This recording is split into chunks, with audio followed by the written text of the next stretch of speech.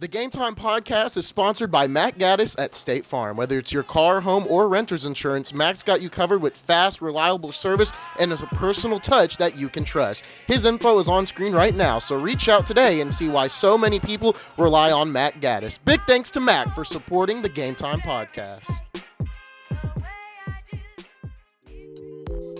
Good afternoon, everybody. This is your boy Dcot coming from the Palacio Estates of Indianapolis, Indiana. I'm going to give you a little bit of love from Cot's Corner today. Hit a couple of topics that are pretty important to the nation, sports fans alike, and we're going to see what we can do about bringing some pain today. A couple of topics I want to hit on Mr. Shedeur Sanders, Michael Penix, the college football playoff, and a little bit of NBA. But for starters, I want to start off with the thing I want to hit on first is that's the NBA. We've been talking a lot about, is the NBA ready to get in the discussions at this point? Is it still too early in the season?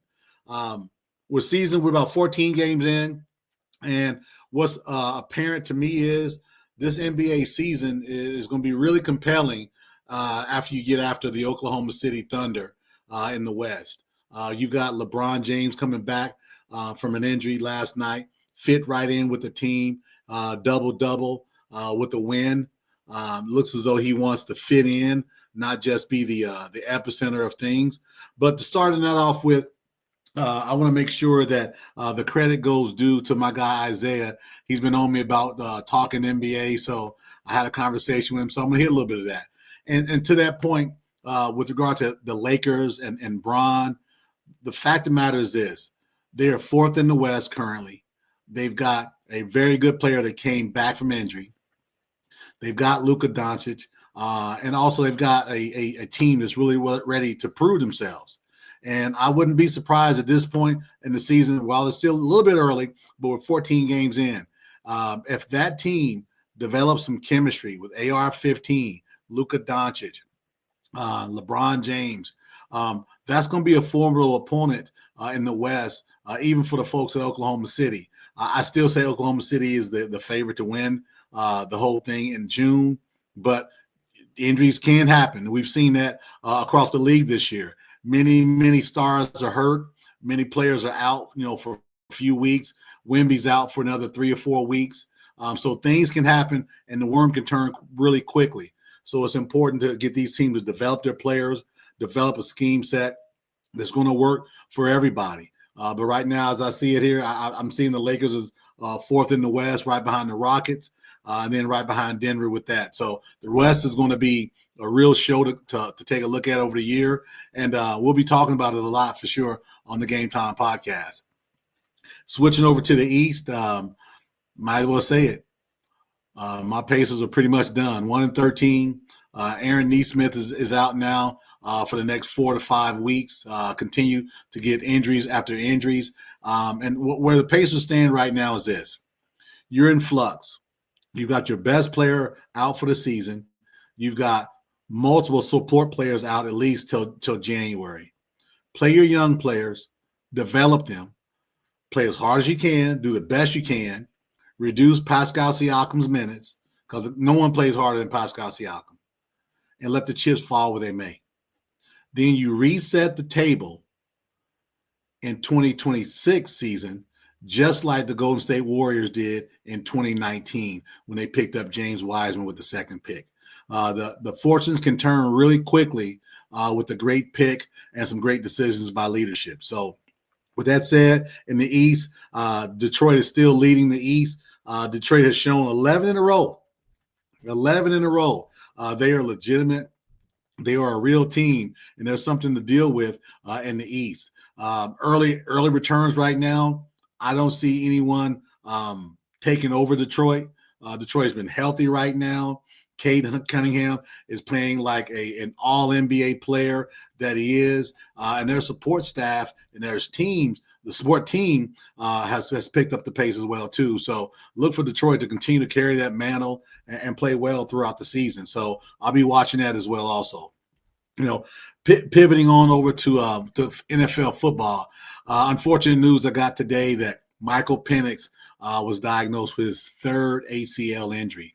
That's 2 in the right and 1 in the left over the last 7 years. That young man is a hard-working player. All accounts, he's a good kid. But is it time right now for him to look in the mirror and say, maybe I need to give this up? This dream of playing an NFL, being an NFL quarterback, 3 ACL injuries. And if you look at the play that he got hurt on, it was just a standard play. It wasn't any roughing. His leg didn't necessarily get caught way underneath his body. I just think that his body can maybe breaking down. It may be breaking down. And my concern for him is his ability after football to be able to have a comfortable life. I hope he gets together with his family, his fiance, whomever else, and make that decision, lifelong decision. The rehab for ACL is about 13, 14 months, which would put him at the end of next year right now. So ending this year, next year is pretty much out of the question. So he'd have to come back in 2027. So I'm not sure if he's got that wherewithal to want to do that. The Atlanta Falcons put a lot of draft equity into him. I think it was an 8th player pick in the draft. They've got a good backup in Kirk Cousins. Looks like he's going to be taking on the mantle for the rest of the year. But what are your thoughts? Do you think Michael Penix needs to give it up after 3 ACL injuries, or do you say keep on fighting, rehab, and let's see where you stand?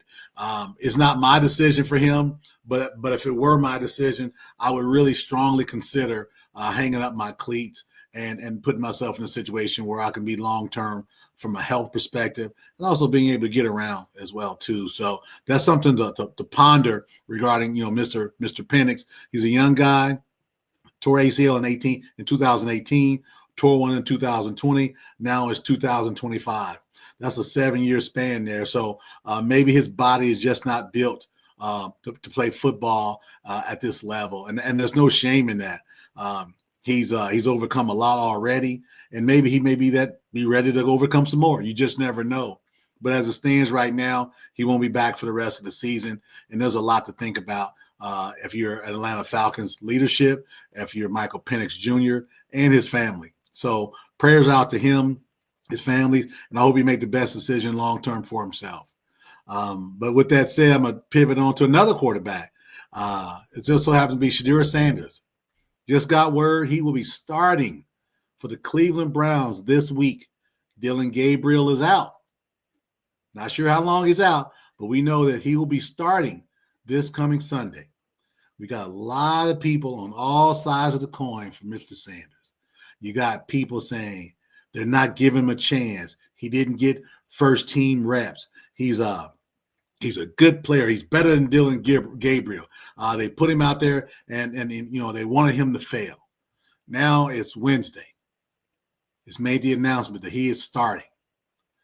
He's been in the classroom. He knows the playbook.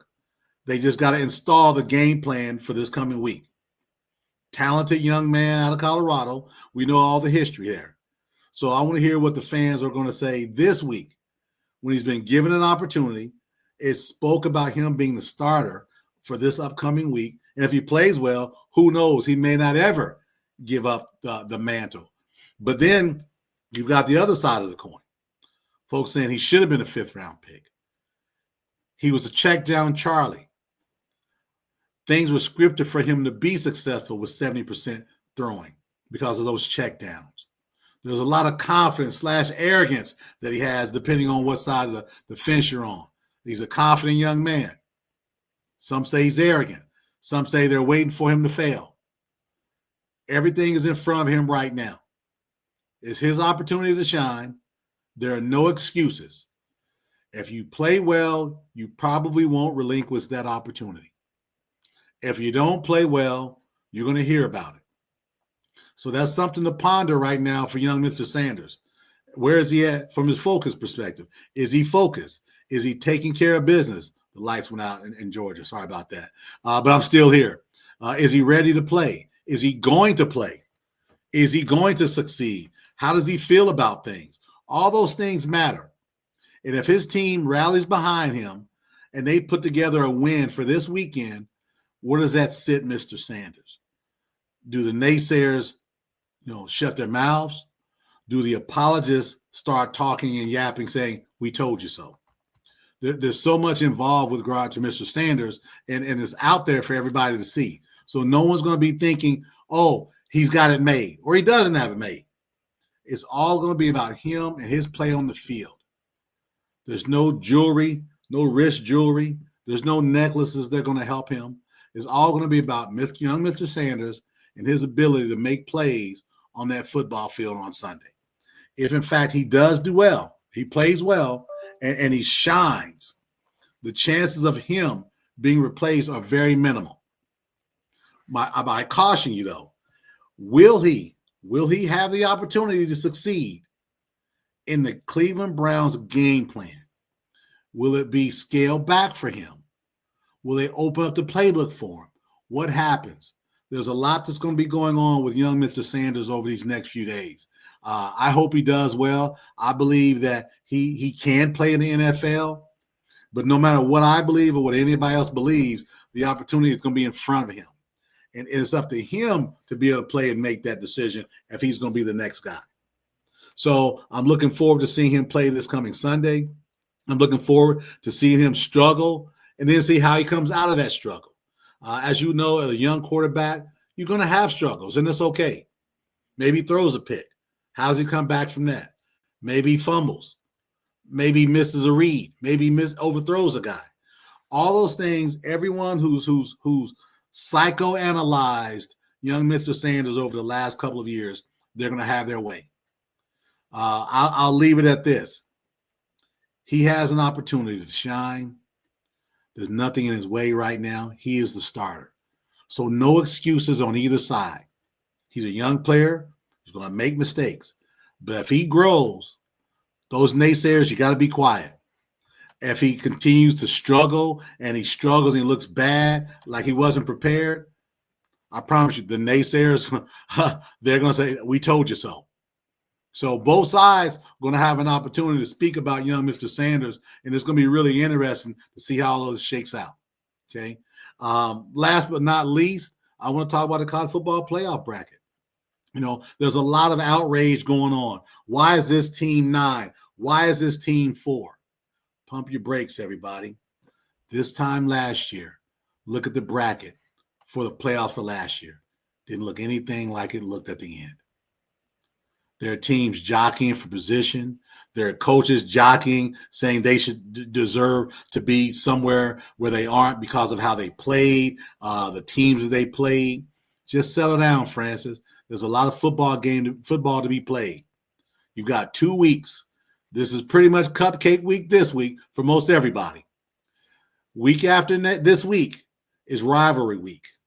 A lot of things are going to shake out in that area. Okay, so those of you that are Texas fans, Vanderbilt fans, Indiana fans, Alabama fans, A&M fans, Ole Miss fans, Texas Tech fans, it's going to shake out. Don't worry. It's going to be here for you to see, for everybody to talk about and dissect. But at the end of the day, we went from the BCS for 2 teams to 4 teams to now 12. We're going to still have people complaining, saying this team got shafted, and it doesn't matter. You could put it in there for 32 teams. That 33rd team is going to complain. So we don't want to hear the complaints. You asked for a playoff system. We've got a playoff system. We've got 12 teams. By my counts, I think about 7 teams could win the national title this year. Things break. You got 18 to 22-year-olds. Well, unless you're Vanderbilt, you got 18 to 30-year-olds in Vanderbilt. But with that said, these young men can be very sensitive. Take a look at what A&M did in the first half last week against South Carolina. Gave up a 30-burger in the first half at home. Second half, shut them out, won the game going away. So a lot of things can change between now and January. So relax, sit back, and enjoy the ride. I know those of you that love your teams, you're hoping they get a great slot. As long as they get in the playoffs, that's what you want. You wanted an opportunity to have a bite at the apple. The bite of the apple is there, so no worries. It's going to be there for you, and it's going to be a great opportunity for a lot of teams to play ball late in the season that may not have had the opportunity, during the BCS time frame. So there's your chance here. So let's see what you do when the money's on the table, literally and figuratively, and hope it has a great college football end of the season. Don't complain until the last game of the season. It's going to be one winner, not 12, one winner. And right now, if I had my bet, and I hate saying this, oh man, I hate saying this. I'm going to say it though. I just feel like it's Ohio State's championship to lose. With that said, I've done my part. I've shared a couple of topics here. My lighting is kind of moved around a little bit, but that's okay. I can still be seen. I can see you all. But let's see what happens after this week from Cots Corner, and there'll be some more things that we'll be bringing up as the year goes on, talking about topics that are interesting for everybody, not just some. And hopefully we have a great end of the college football season. Hopefully we have a great NFL weekend. And also, last but not least, go Mr. Sanders. Do a good job this weekend, and there's going to be a lot of talk about you real positively. So with that said, Cot Corner is out for the day. We'll see you next week.